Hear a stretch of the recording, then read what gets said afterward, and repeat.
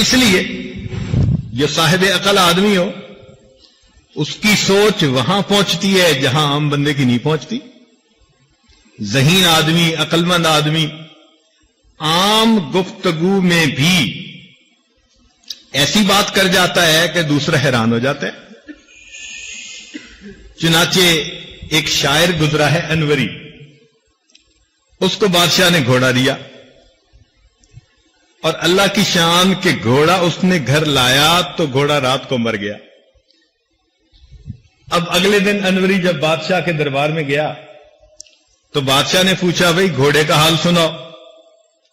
اب اگر یہ ویسے ہی کہہ دیتا کہ گھوڑا مر گیا تو بات بری ہوتی، بادشاہ کو غصہ آتا، تم نے اس کا خیال نہیں رکھا. تو انوری نے شعر میں جواب دیا، یوں کہتا ہے، شاہ اسپے بانوری بخشید باد سرسر بگرد او نہ رسید، کہ بادشاہ نے انوری کو ایسا گھوڑا دیا کہ تیز ہوا بھی اس کی گرد کو نہیں پہنچتی. این چنی بود تیز در رفتار، وہ گھوڑا رفتار میں اتنا تیز نکلا در شباشب بآخرت برسید، ایک ہی رات میں آخرت ہی پہنچ گیا. تو بادشاہ نے خوش ہو کے اس کو دوسرا گھوڑا انعام دے دیا. تو عقل مند آدمی جو ہوتے ہیں نا، اس کی بات سے پتہ چلتا ہے کہ واقعی اس کو اللہ رب العزت نے یہ نعمت عطا فرمائی. حضرت اللہ عنہ کے پاس ایک آدمی آیا، کہنے لگا حضرت ماذن نکاح، یہ نکاح کیا چیز ہے؟ تو حضرت نے فرمایا کہ سرور و شہر، ایک مہینے کے مزے کی زندگی. اس نے کہا ثم ماذا، پھر کیا؟ فرمایا کہ لزوم مہرن، کہ مہر لازم ہو جاتا ہے. اس نے کہا ثم ماذا، فرمایا غموم و دہرن، ساری عمر کے غم. اس نے کہا ثم ماذا، فرمایا قصور و زہرن، پھر کمر دوری ہو جاتی ہے. اس نے کہا ثم ماذا، فرمایا دخول و قبرن. تو عقل مند آدمی کی بات سے اندازہ ہوتا ہے کہ کتنی گہرائی ہے اس بندے کی بات میں. اس لیے جو طالب علم عقل مند ہوگا نا، وہ اپنے سبق کو اچھی طرح یاد کرے گا،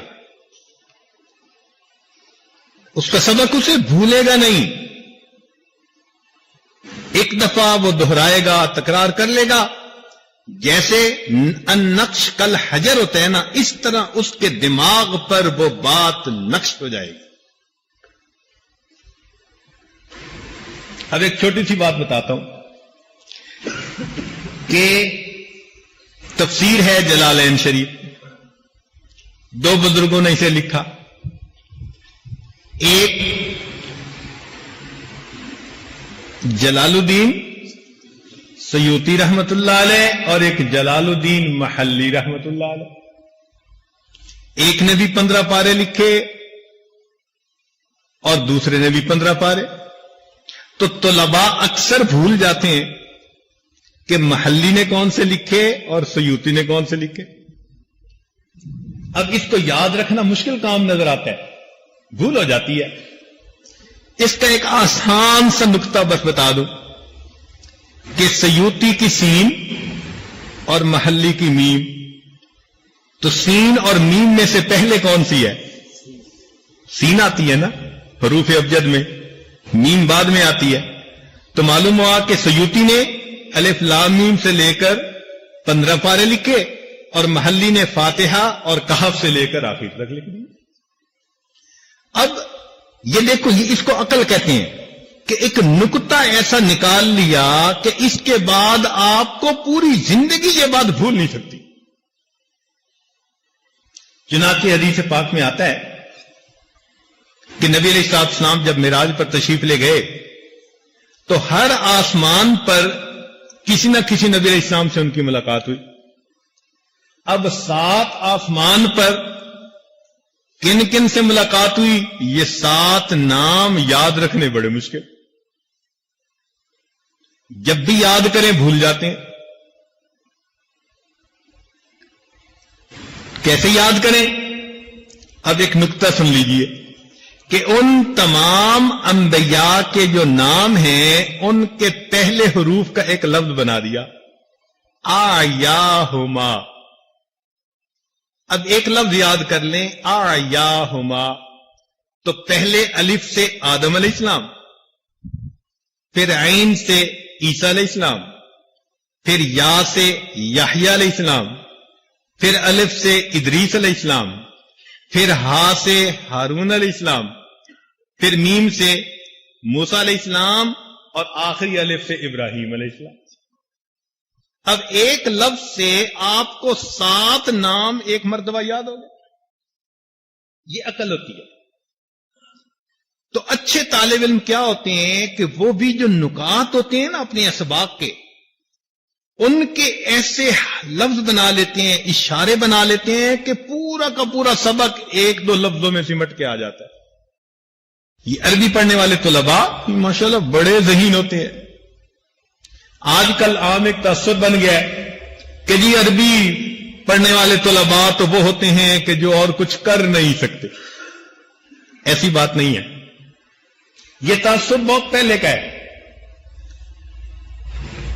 شاہ عبد العزیز رحمت اللہ علیہ اپنے مدرسے میں تھے، دہلی میں جامعہ امینیہ مدرسہ تھا، تو وہاں پر تھے تو ایک انگریز آ گیا، وہ آ کر حضرت سے کہنے لگا کیا آپ مدرسے میں بچوں کو پڑھاتے ہیں؟ آپ کے بچے کیا بن کے نکلتے ہیں؟ آپ ان کو انگریزی پڑھائیں، سائنس پڑھائیں، ان کی عقل کھلے گی، ذہن کھلے گا۔ اور دیکھو ہم اپنے بچے کو انگریزی پڑھاتے ہیں تو میرے بچے کی عقل بہت تیز ہے۔ تو جب اس نے اپنے بیٹے کی طرف اشارہ کیا نا کہ میرے بیٹے کی عقل بہت تیز ہے، تو حضرت نے اس انگریز کے بیٹے کو بلایا، قریب وضو کرنے کا تالاب تھا، تو حضرت نے اس بچے سے کہا کہ اچھا بھائی بتاؤ کہ اس تالاب کے اندر کتنے پیالے پانی ہیں؟ اب وہ انگریز کا بچہ منہ دیکھنے لگ گیا، وہ کیا بتائے کہ تالاب میں کتنے پیالے پانی؟ حضرت نے ایک طالب علم کو بلا لیا،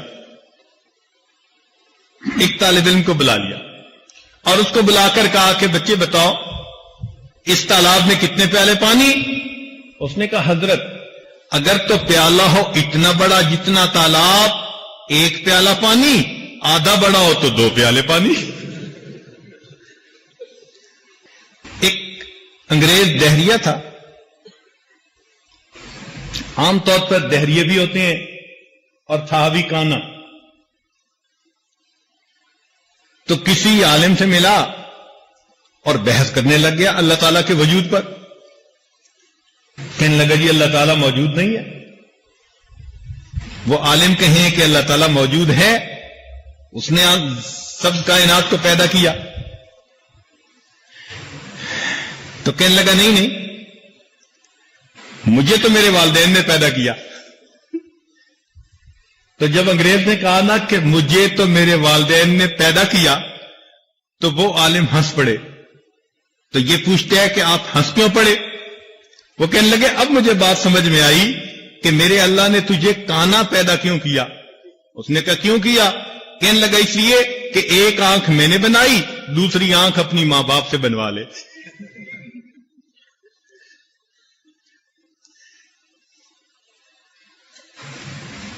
تو جو ذہین آدمی ہوتے ہیں نا، پھر بات چیت میں بھی سوال کا جواب وہی دے جاتا ہے۔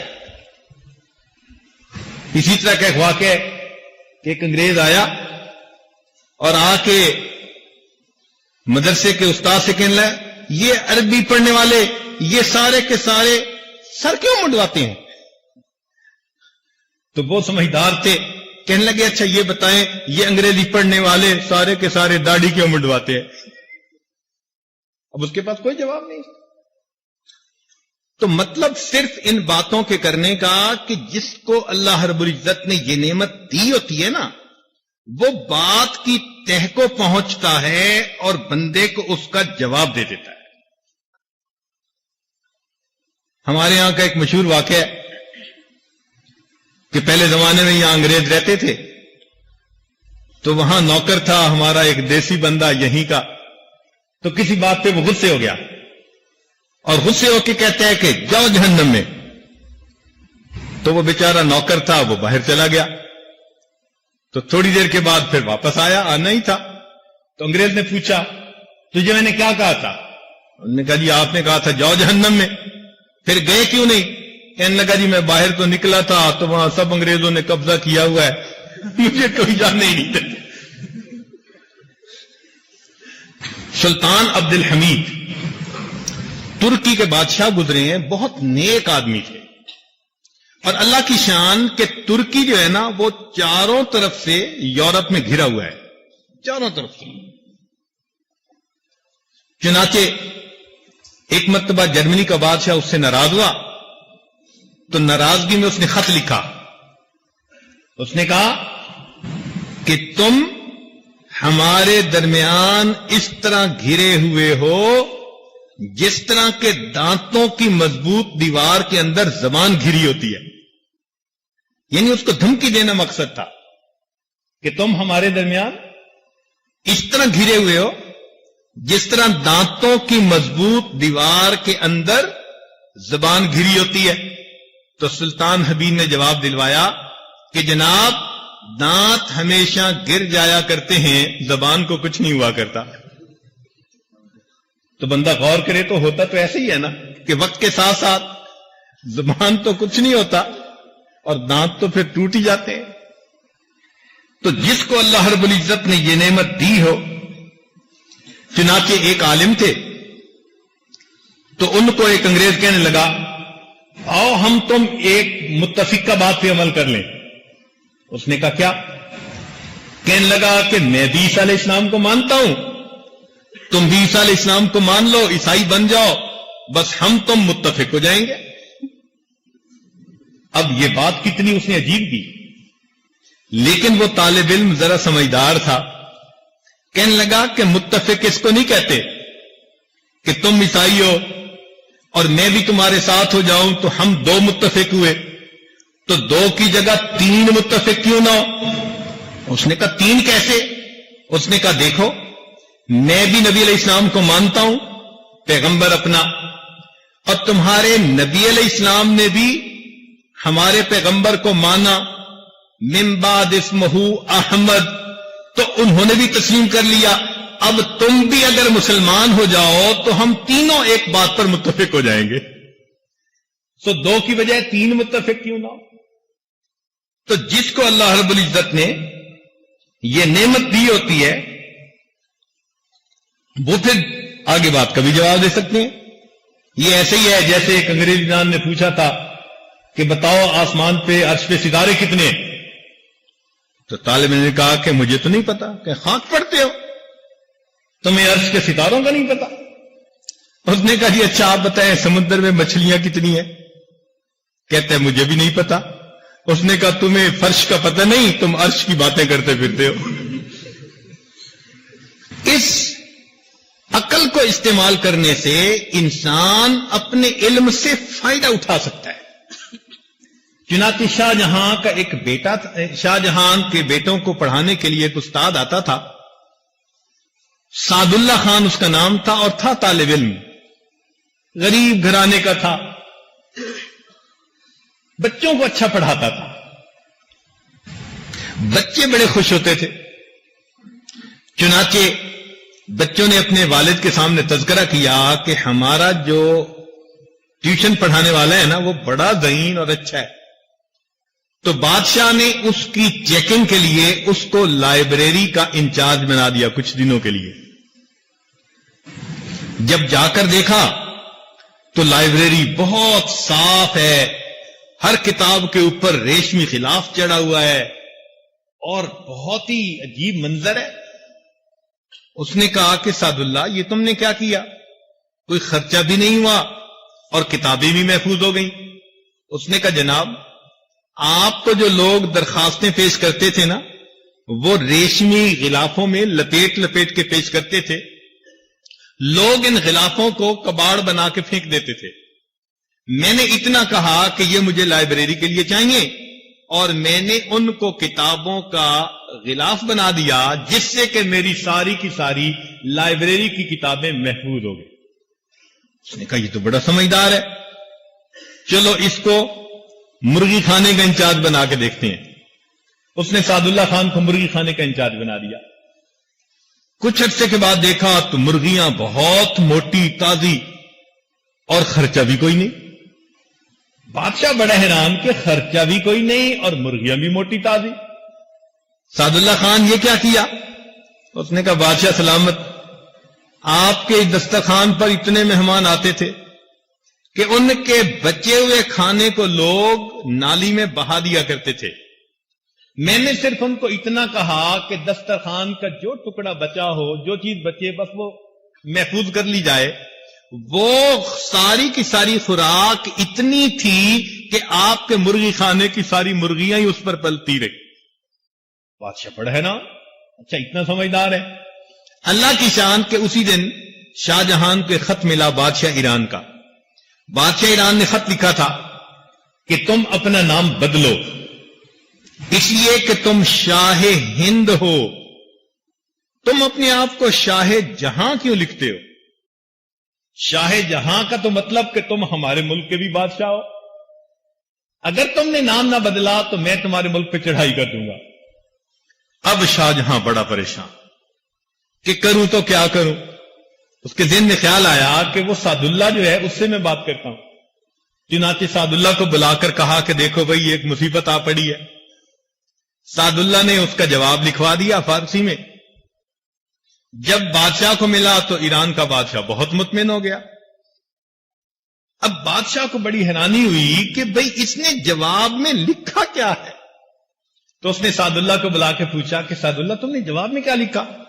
اس نے کہا جناب میں نے جواب میں صرف اتنا لکھا کہ میرا نام شاہ جہاں ہے اور جہاں کے عدد اور ہند کے عدد اگر نکالے جائیں تو دونوں 59 بنتے ہیں.